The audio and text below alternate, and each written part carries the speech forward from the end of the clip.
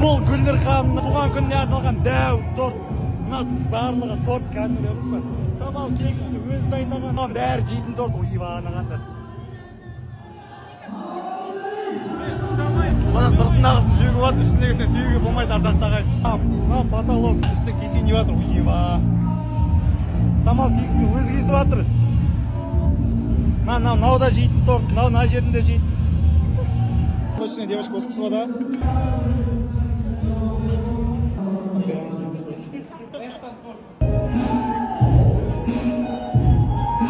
Салмағы, сіздің салмағыңыз қанша?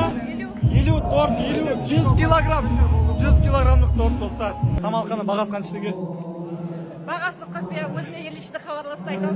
Мықты. Рекламышты ештеңе жоқ. Қазақстан бойынша шақыратын. Кез келген тортты жасай алатын Самал ханымға хабарлассаңыздар болады. Ас жағында аккаунты белгіленген.